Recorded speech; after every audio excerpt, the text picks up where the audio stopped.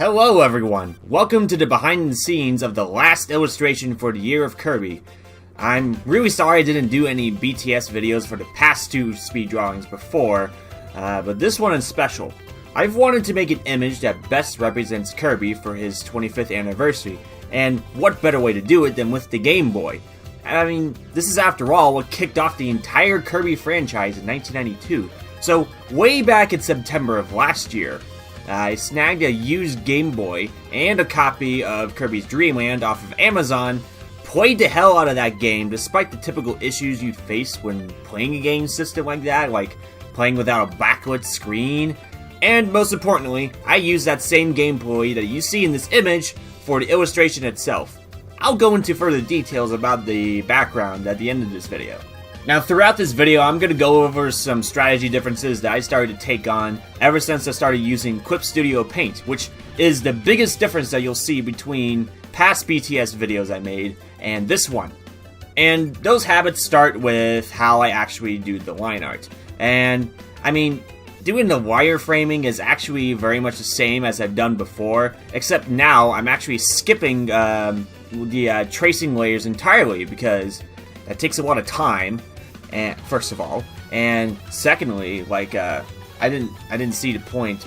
I guess it adds on to the first point, but I didn't see the point in actually drawing the same image twice. You know, skipping that tracing layer kind of helps because in Clip Studio Paint, I can already have. Let's say I'm just doing this on a new layer. I can have any pen, any brush, hell, even any eraser on their own stabilization. Like, well, I mean, at the moment, I toned down that I don't have stabilization on, but I could just come to this option right here. 40 is the best stabilization I would use when it comes to actually doing like properly smooth lines like that. Well, maybe not perfect, but that's what I like to do when it comes to actually doing the line art phases. And when I'm tracing, anywhere between 0 to say 20 is just fine for me. So yeah, a lot of the functions that I was able to do in Lazy Nezumi, which is that drawing utility I've always used with Photoshop, I barely have any need to even use it. There may be certain occasions that I would need to use it, like, I don't know, maybe like certain perspective tools, unless I actually get the hang of using the built-in options that Clip Studio Paint has, but other than that, like, I barely even need to use Lazy Nezumi.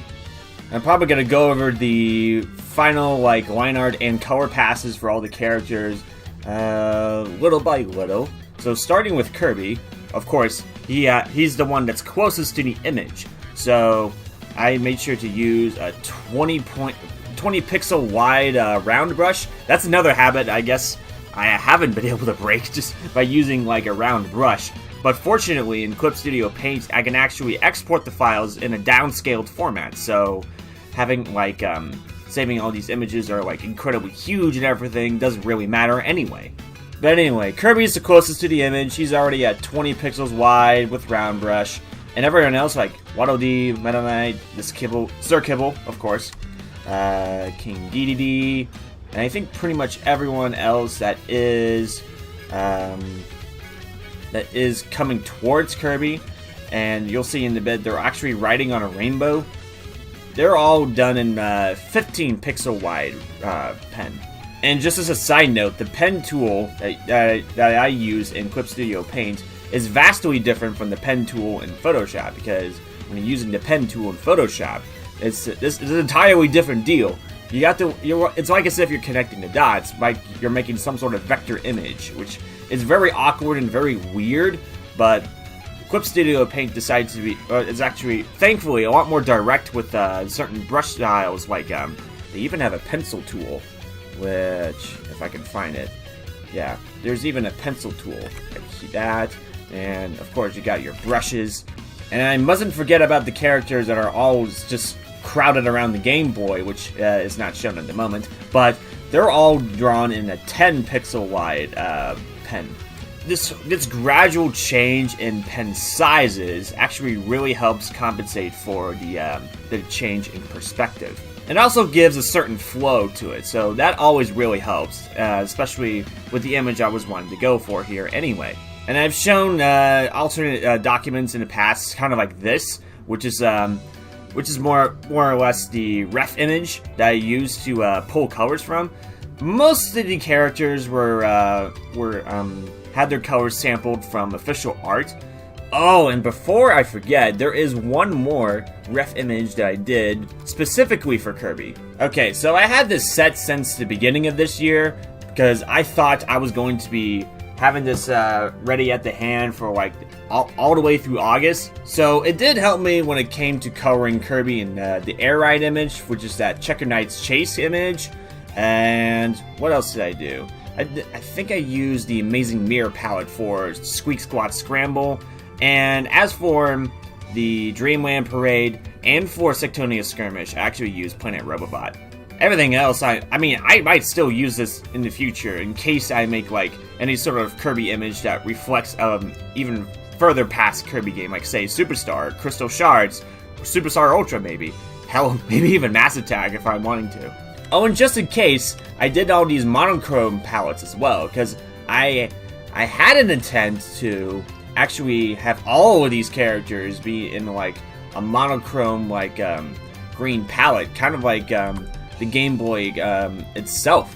After applying like a mask layer, well, it's not necessarily a mask, but like a color filter layer of like one of these colors, it didn't really work out for me. So I decided to just drop that idea entirely. Oh, and along the bottom, I also drew like some eyes down here. This was especially helpful for when I was putting together the first and last image for the Year of Kirby, like this modern era eye. It's a lot brighter and a lot more visible, which I like. Which I'm surprised I was liking a lot more than the navy blue like eye color that you probably see in like say the GameCube era game. Well, probably just Air Ride, and probably the Game Boy Advance era games as well. Probably the DS as well, if I want to be generous. But yeah, I did like have these eyes set over here just in case. Oh, and you'll notice if you were paying attention to the video that DDD got a pretty big facelift. Like at the beginning of the video, I did have an entirely different face for him. So let's see. What you see here is what I drew and recorded at first for DDD.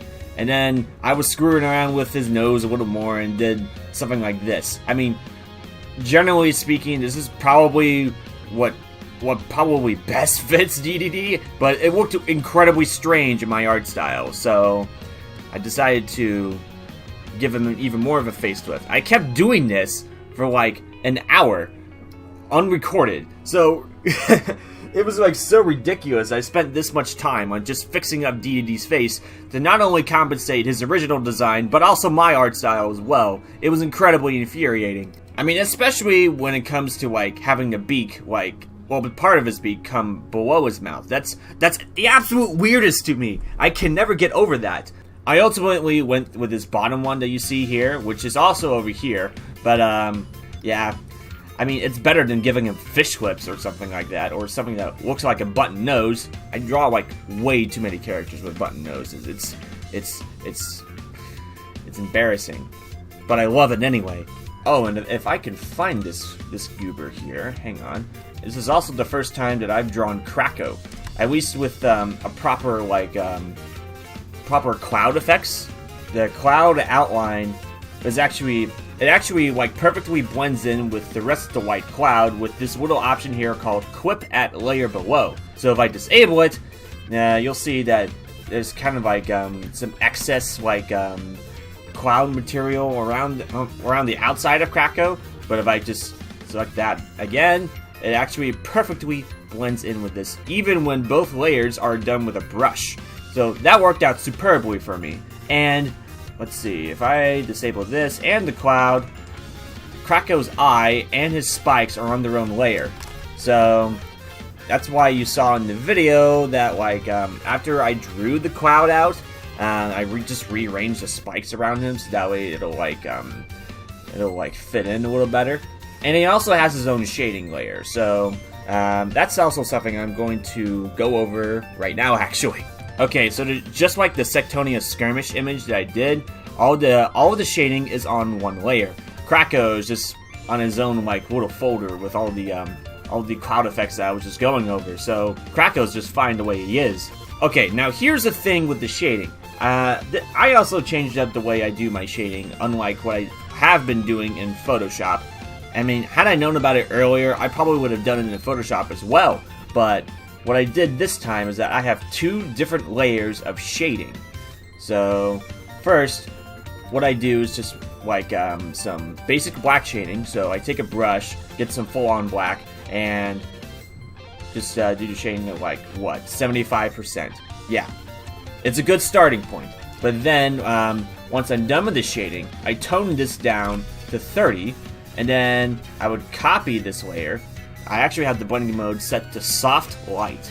And again, this is probably something you could do in Photoshop. I don't think I've taken a look at it at the moment at this recording. But I'd set it to the soft shading, turned it up to 80%, and it actually gives off the same effect that I have been doing that in previous drawings, where I was like changing up the level tones to like a greenish color, and then going through every individual color, every visible color like that you see on screen, and recoloring it. It's incredibly tedious, but like doing this simple little trick, which you can do in Clip Studio Paint and presumably in Photoshop, it saves a whole lot of time. And lastly, I had some cloud effects going, which were late additions to the image actually. So I did a little bit of that with the wheelie, some ice clouds for Chili, and some dust kind of kicking off with the broom from the Broom Hatter, and there's a few other effects too. What I also did is I took advantage of Clip Studio Paint's sparkle brushes. So I think if I do that, and what do I just select? Yeah, here we go. Decoration. It's a decoration brush. That's what it is. I was mostly just using that for like some of the sparkles that you see around the rainbow. Well, not only behind the characters, but also there's also another layer where there's some like sparkles in front of them. And I did my best to like put them at as many like different angles and shapes and sizes as I could. So that was actually pretty fun to do. And the rainbow itself, I just use a brush. I just use a basic brush in order to like put together the whole rainbow. Actually, every color of the rainbow was on their own layer until I like layered one on top of another and then combined them in one layer. I also changed up the blending mode on here as well, but this time I used Add Glow instead of like, say, soft light or normal. If it's just normal, then it just look kind of bland and a little bit washed out, unlike the Add Glow, which makes it stand out and actually make it look like has some light to it. As a matter of fact, the Happy 25th Kirby logo was done in Photoshop. If there's one thing that Clip Studio Paint cannot do that Photoshop can, it will be like word processing and like text wrapping like this. So I still have Photoshop for very, very, very few occasions that I wouldn't need it. But yeah, all I did was that I took this and also the stars that I made in there. There's no perfect like star making tool in the Clip Studio Paint that I can do in Photoshop, which is very infuriating because otherwise I'll never be able to like make these like these perfectly rounded stars that you see here in Clip Studio Paint. Now, before I go over the background image, which I actually recorded an entire little video for, just to show you like how I framed the shot and everything, I actually have some like a few little shading, I guess, vignette layers to actually make everyone else stand out. So there are two layers, kind of like what I did with the shading layer, or shading layers. One of them is just a basic like black vignette with normal blending, and I actually set that at 50%, and I used a mask layer to like eliminate some of the shading on this side of the screen.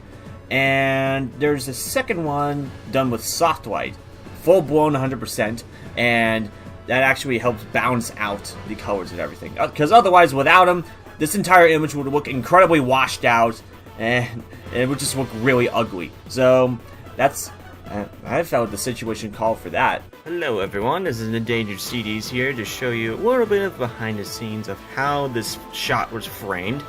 Well, this is actually the desk I currently have right now. I just cleared off the space normally where my keyboard and the mat underneath it would be in order to show off this this very worn out and really old part of the desk right here.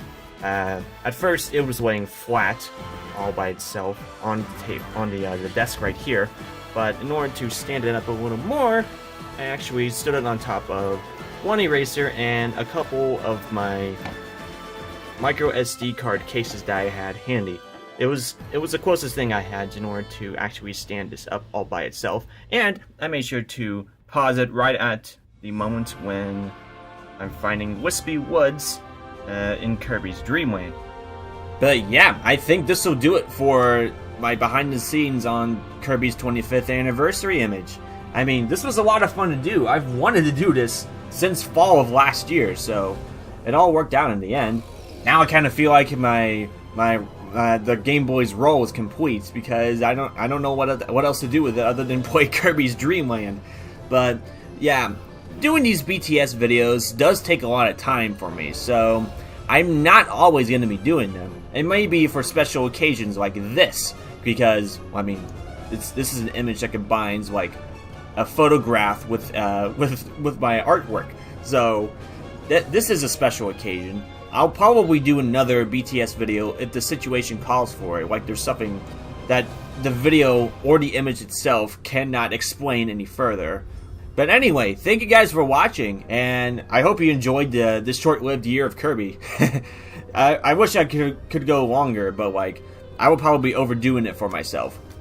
There was one idea I wanted to do that I wanted to contribute to like a whole array of indie games, but that's something I'll talk about later, possibly on here, very likely on my social media, like say probably Twitter, definitely DeviantArt, and probably Tumblr as well. But yeah, thank you guys for watching, and I'll see you all later.